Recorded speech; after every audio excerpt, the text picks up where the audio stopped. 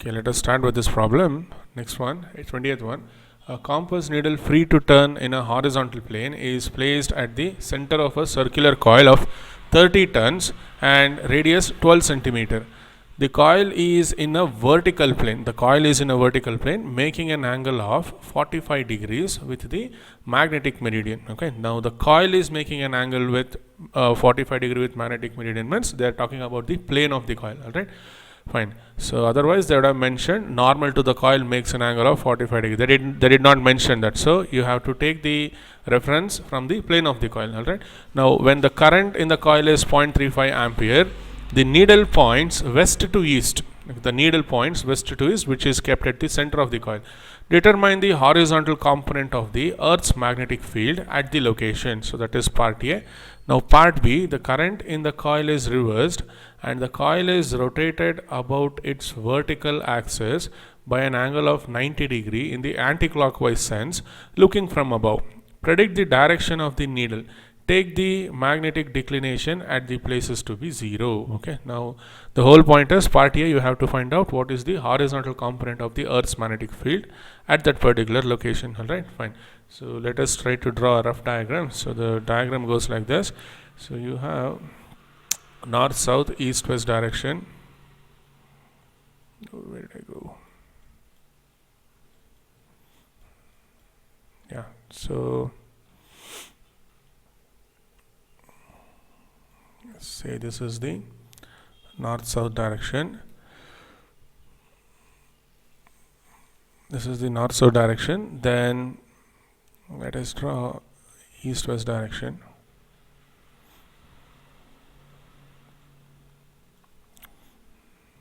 Okay, so this is our east-west direction. Then let us mark. So this is north-south. Then this is east west. Okay. Now imagine that you have placed the coil vertically. The plane of the coil is in vertical plane. All right. Now you are looking at the coil from above. All right. So if you look at the question again, it says the coil is in vertical plane, making an angle of 45 degree with the magnetic meridian. See, at the last they have given take the magnetic declination at the places to be 0. Means here it actually means the direction of the Earth's magnetic field, right? So horizontal component of the Earth's magnetic field, it is from south to north direction. Correct? It is from south to north direction. Alright, so it is from south to north in this particular problem because declination is given to be 0. Alright, fine. So let us remember that. Okay, so HE it is this way, so it is from south to north. Alright, now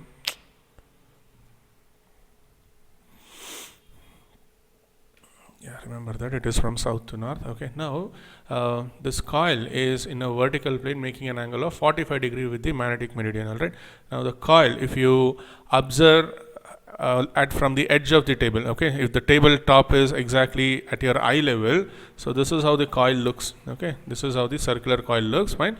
Now if you are seeing it from above, okay, if you are seeing it from above, so you will be just seeing the edge of the coil. Okay, now the edge of the coil, it looks something like this.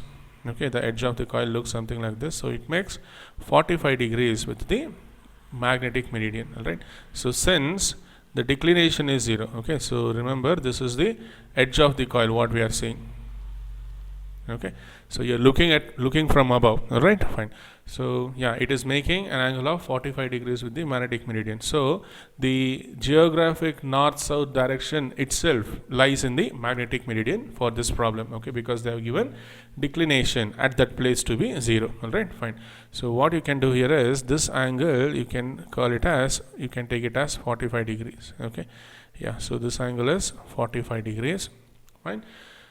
Right, now yes, when the current in the coil is 0.35 ampere, the needle points west to east. Okay, so this is an interesting point here. All right. Now what happens is at this particular place, okay, at that particular place, the horizontal component of the Earth's magnetic field is this way, as you can see. The horizontal component of Earth's magnetic field is from south to north. Okay, so this is HE. All right. Now we know that a needle, it settles in an external magnetic field once its direction of magnetic moment is same as that of the direction of external magnetic field, right? We know that stable equilibrium, right? Now they are saying the needle, right? So the needle, it is settling in this direction. The needle is actually settling here. So say the needle will settle here in this direction. Okay, if the needle is settling in this direction, okay, so this is the needle. Okay, so what do you think is the direction of the resultant magnetic field? So it must be from west to east only. Okay, now what are the individual magnetic fields we are seeing here? That is due to the earth, and the one more must be due to the magnetic field in the coil, right? Now if you want to get the resultant, okay, if you want to get the resultant field from west to east direction, see this is the direction of the pointer. Okay, if you want to get the resultant field in from west to east direction, then the resultant, it has to be, let us mark the resultant. Okay, so say this is the resultant. Okay, say this is the resultant field BR, let us say this is the resultant field. Okay, now how do you think the other magnetic field must be? You can easily draw it by considering the parallelogram law. Okay, so the current is flowing in the coil, and you know the direction of magnetic field is given by right hand rule, right? So the current is flowing in such a way that the magnetic field generated due to the coil, okay, the magnetic field generated due to the current flowing in coil, it will be like this. Now call it as BC. Okay, now if you observe the resultant of HE, now complete the parallelogram. Okay, taking HE and BC as the sides, adjacent sides of the parallelogram. So you will get the resultant as BR. Alright, fine. Okay, now the question is, you have to determine the horizontal component of the Earth's magnetic field. Alright, now what happens in such case, in this particular case means, so yeah, so here what you can see is, since the coil is kept at 45 degree, right? Now the angle what this magnetic field BC makes with BR, okay, so it is also 45 degrees. Okay, it is also 45 degrees, right? Because you know this magnetic field, right, it will be perpendicular to the plane of the coil at the center, right? So it will be perpendicular to the plane of the coil at the center, right? So you can easily write that down, right? Now in this particular case, okay, in this particular case, if the magnetic needle is pointing from west to east, that means there is all the resultant magnetic field is from west to east. Okay, now if you resolve BC, okay, if you resolve BC into two components, that is, we are resolving BC like this now. Okay, we are resolving BC into BC, you can say BC cos theta cos 45 and BC sin 45. Okay, so if you resolve like this, you will notice that this BC sin 45, okay, otherwise cos 45, same thing magnitude wise. So this BC sin 45 must be equal to HE. Okay, only then you can get the resultant magnetic field in the east direction. Otherwise see, the vector sum of HE and BC is towards right. That means the total sum is towards right. So if you resolve the components, okay, if you resolve the components, what happens here is this HE, right? So that must be equal and opposite to this BC sin 45. Okay, so that must be equal and opposite to this BC sin 45. Okay, you know this is about basic resolution, right? Fine. So therefore you can write the horizontal component of Earth's magnetic field as BC sin 45. Okay. So only then you will see the vertical components cancel out at this point, that is at the center of the coil, and the horizontal components will add up. Okay, the horizontal components will add up, right? Fine. Okay, so as you can see, there is no horizontal component of your HE. Okay, so it is just that vertical component of BC sin 45, it cancels with HE. Okay, it cancels with your HE here, okay, and only the horizontal component of BC, right, that is in the direction from west to east, it will survive. All right, so that is the whole idea. Okay, so you can do here, so HE is equal to BC sin 45. So this will be now BC, magnetic field due to the coil, so it will be given by mu naught total number of turns Ni divided by 2R, correct? So this is the magnetic field at the center of a coil of n turns. All right, then the whole thing divided by 1 by root 2. Okay, so if you substitute the values, say they have given 30 tons, right? 30 tons, and R is 12 centimeters, so keep it as 0.12. All right, then I is 0.35 ampere. Okay, so if you substitute all the values, you should get the horizontal component of the Earth's magnetic field. It is around 3.9 into 10 power minus 5 Tesla. Okay, so this is the answer for part A. This is the answer for part A. All right, fine.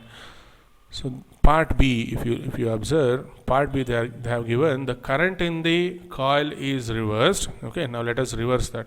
Fine. So let us make a copy of this again. Let me make a copy. Yes, looking from the above diagram, see earlier the magnetic field due to the current flowing in the coil, it was like this BC. Okay, now they are saying you are reversing the current direction. Okay, so when you reverse the current direction, what will happen? The magnetic field will be this way, correct? The magnetic field will be this way, BC, right? And they are also saying, okay, the current in the coil is reversed and the coil is rotated about its vertical axis by an angle of 90 degree in the anti-clockwise sense, looking from above. Okay, so this diagram, I told you we are looking from above itself, right? Now you have reversed the direction of the current, so BC will be this way. Okay, and you are turning the coil. Okay, so you are turning the coil by 90 degrees in the anti-clockwise sense. So how do you turn? You are actually turning like this, correct? So you are turning the coil like this. Fine. So say if this is end 1 and if this is end 2, right? So this end 2 has to come here, then this end 1 has to come here, right? So if you do that, okay, if you do that, the coil will look like this. Okay, so you're actually rotating it by 90 degrees now. Fine. So this is how you rotate. Okay, so when you rotate that, what will happen to this BC? So this BC will also rotate by 90 degrees. Easy, right? So this will also rotate by 90 degrees like this. Okay.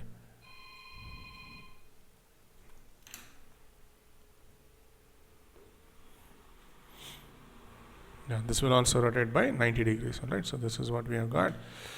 Fine. So this is actually BC.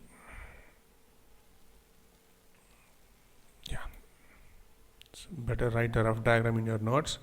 So if you write rough diagram, half of the problem is solved. Okay, so BC, right? Now the question is predict the direction of the needle. Take the magnetic declination. Yeah, that is actually 0. Okay, now if you look at this diagram number 1 and 2, okay, now call this as diagram number 1 and call this as diagram number 2. Now what is the changes here? It feels like the diagram is exactly symmetric about the north-south direction, correct? So if you look at the BC, right? So if you look at BC and if you look at HE, right? HE won't change. So HE will be horizontal component of Earth's magnetic field. It will be this way only, right? So since it is symmetric about that north-south plane, or otherwise you can say, so BC, the magnitude won't change, only that the direction has changed here, right? So if you get the resultant of BC and HE, okay, so just use parallelogram law here. So if you use parallelogram law, so you will get the resultant of BC and HE. You will find that the resultant magnetic field will be from east to west. Okay, it will be from east to west. So this will be the resultant magnetic field. Okay, resultant of the magnetic field of Earth and the magnetic field due to the current flowing in the coil. Okay, resultant magnetic field. Okay, so therefore now the compass, right? Now the compass pointer, it will point from east to west. Okay, unlike in the previous case, right? So when you keep this pointer here at the center of the coil, so it will point from east to west. Okay, so this is how it will point. All right, so that is your answer. Fine. Okay, now let us go to the next question. So the next question says a magnetic dipole is under the influence of two magnetic fields. The angle between the field directions is 60 degrees and one of the fields has a magnitude of 1.2 into 10 power minus 2 Tesla. If the dipole comes to stable equilibrium at an angle of 15 degree with this field, what is the magnitude of the other field? Okay, fine. So let us draw two magnetic fields now. So they have given, call it as B1. Okay, now call it as B1. Right. So yeah, take this as B1. So B1 they have given as 1.2 into 10 power minus 2 Tesla. Then one more field they have given. The angle between the field directions is 60 degrees. Now you have one more field, call it as B2. Okay, so the angle between them is 60 degrees they have said, right? Now, yeah, if the dipole comes to stable equilibrium at an angle of 15 degrees with this field means they are talking about 1.2 into 10 power minus 2 Tesla, right? So say a dipole whatever you have chosen, it comes to rest in this direction. Say this orange arrow, it is actually the magnetic moment direction of that particular dipole, right? So you know this that they are saying if the dipole comes to stable equilibrium at an angle of 15 degrees with this field, right? Now let us say this is the line. Okay, this is the axis of the dipole, you can say. Okay, this is the axis of the dipole. What it means is this is the direction. Okay, that white color dotted line, whatever you are saying, the axis of the dipole is the direction where you will get the resultant magnetic field. Okay, so it is the direction where you have the resultant magnetic field. All right, so the resultant magnetic field will be in this direction, that is this way. Okay, because you know when speaking of stable equilibrium, okay, in stable equilibrium we know that the magnetic moment, okay, the magnetic moment vector and the external magnetic field, right? So the angle between them, right, it will be 0, or you can say both of them are parallel, right? So we are using that knowledge here. Fine. So this angle they have given it as 15 degrees. So naturally this will be 45 degrees. Okay, so this will be 45 degrees, right? What is the magnitude of the other field is the question. All right. Yeah, now let us resolve. Okay, let us resolve this B1 and B2. Okay, so taking this this axis of the dipole as a reference. All right, so what you can do is, let me erase this. Yeah, so if you resolve B2 in the direction of the axis and perpendicular to it, same thing we are going to do for B1 also. Okay, so if you do that, you will get something like this. So you have B1, yeah, if you resolve that, so here you will get it as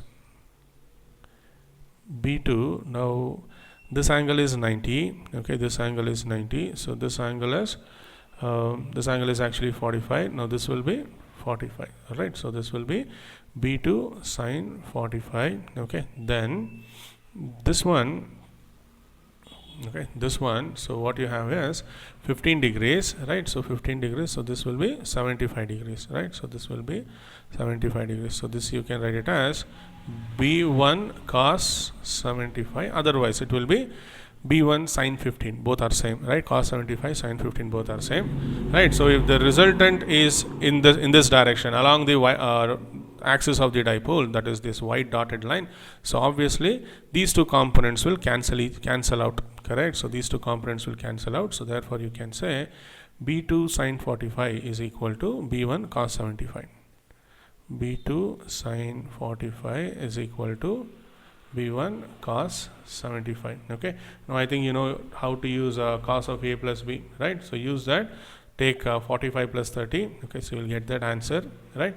Then the final you have to find out B2, correct? So B2 you can write it as B2 will be B1 times cos 75 divided by sine 45. Okay, so the answer you are expected to get is yeah, so it is 4.4 into 10 power minus 3 Tesla. Okay, so the magnitude of B2, it will be 4.4 into 10 power minus 3 Tesla. Okay, so solve for this. All right.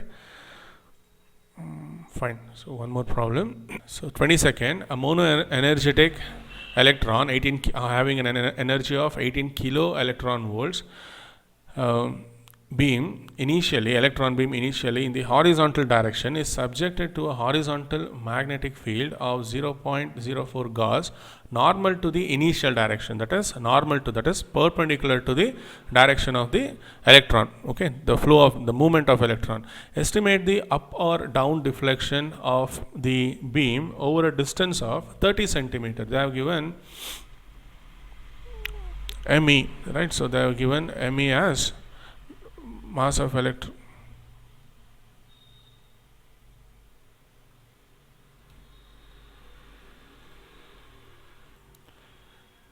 Yes, this is supposed to be mass here. Okay, so it is 10 power minus 31 kg, right? Mass and coulomb, it doesn't make sense. There is some mistake here.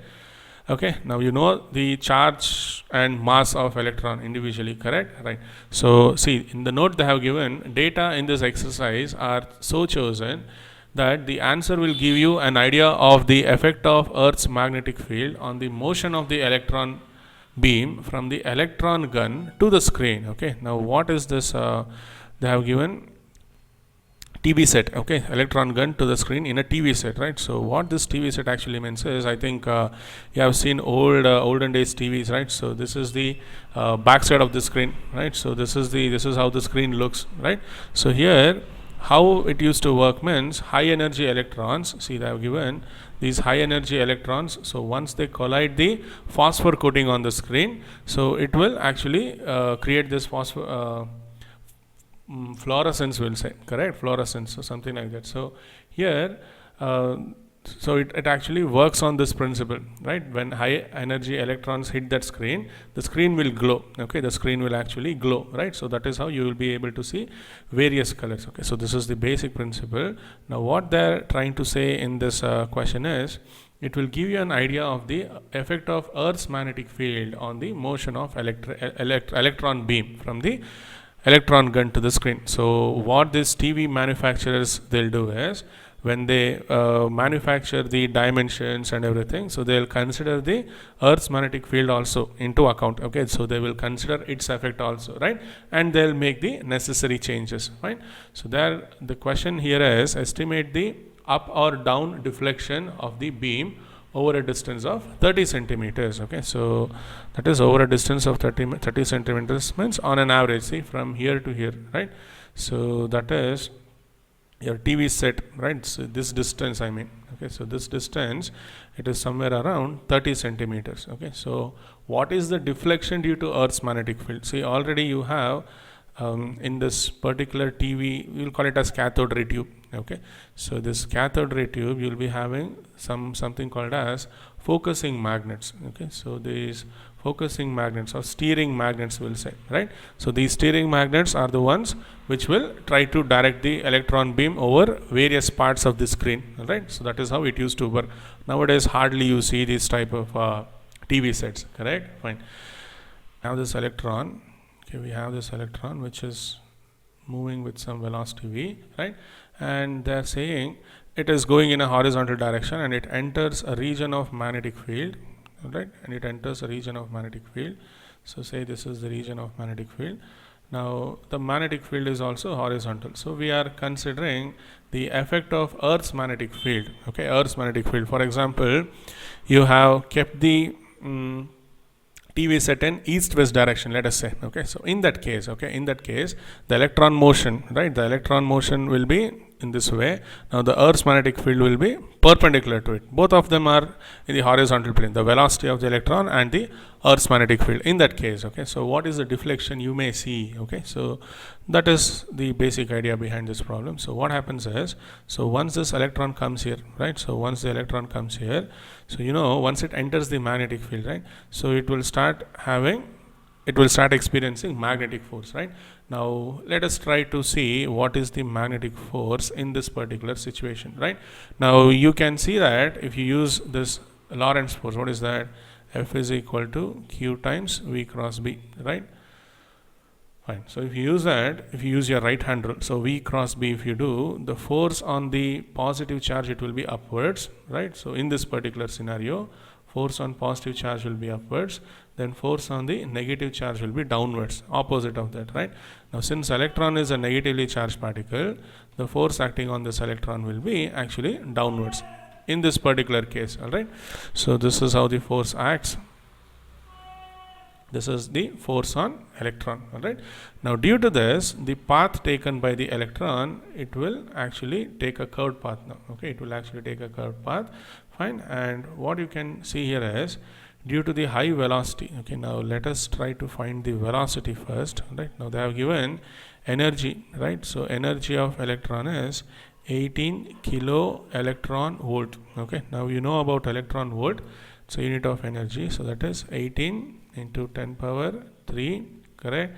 Then electron volt into 1.6 into 10 power minus 19 joules. So if you equate this to, okay, if you equate this to half mv square, okay, so this is joules, half mass of electron and v square. Okay, so if you mass of electron is 9.1 into 10 power minus 31 kg, right? If you substitute in that, okay, if you substitute in that, you'll find that v is somewhere around 0.795 into 10 power 8 meter per second. So this is the velocity what you get. See, it is very, very high, correct? So because of high velocity, and you also know we derived that the radius of curvature, right? So mv divided by qb, the radius of the circular path taken. So since velocity is high, the radius of curvature will be really high, correct? And you can say, since radius of curvature is high, so the deviation, right? Now what do you mean by deviation? If this magnetic field was not present, right? If the magnetic field was not present, the electron would have moved straight, correct? And it would have reached this point P, let us say. Okay, now due to the presence of magnetic field, it is taking a curved path, and say it is meeting the screen, so take it as screen. Okay, and they have given over a distance of 30 centimeter, right? So say this distance is actually 30 centimeter. All right, fine. So this is what we call it as deviation, right? So this PQ, the distance between PQ, right? So that is what we call it as deviation. Okay, so take it as y. Okay, you can say d, anything, whatever you like. Deviation, capital D. Okay, fine. Right. So declination and deviation, okay, don't confuse them. So both are different. Otherwise, you fine anything. So you can let us keep it as y only. So, yeah, deviation y. All right. Now this deviation is what you are supposed to find out. Okay, fine. Now here, since the radius of curvature is large, okay, since the radius of curvature is large, now we will make some approximations here, right? Now the force, right? So if you try to find the electrostatic force at each and every point, so it will be like this. It will be perpendicular to the tangent drawn at that particular point to the circle, right? Now we'll assume the direction of this magnetic force. Did I say electrostatic force? So the direction of the magnet, let us write it as MEAG. So this is actually magnetic force. I just wrote force acting on an electron, right? Yeah. So the magnetic force, will assume it is almost vertically downward direction. So we'll make that assumption here, right? So you can say, because force is acting, okay, you can assume some linear acceleration. You can actually consider some acceleration in the downward direction. Okay, some acceleration in the downward direction. So you can say acceleration, you can say F mag, right? The magnitude, it will be EVB. Now in this case we have taken V and B are perpendicular, they have given in the problem. So therefore A, you can write it as EVB divided by mass of electron. So this is the acceleration experienced by an electron. All right, fine. Now what is the time taken? So we need time, right? So we need time taken by the electron to cover a distance of 30 centimeters, right? So time taken. Okay, now let us assume, since the velocity is really high, okay, since velocity is high, so let us assume, we will assume linear motion of the electron. Okay, we will approximately consider the linear motion of the electron. Actually it is taking a curved path, but the radius of curvature is large, so the deviation will be really less. It is not like it is not exactly as shown in this diagram. So once we get the value of the deviation, you will understand. All right, fine. So A is equal to, yeah, so since V is high, you can say we can approximate the motion to linear motion. We can approximate the motion of electron to linear motion.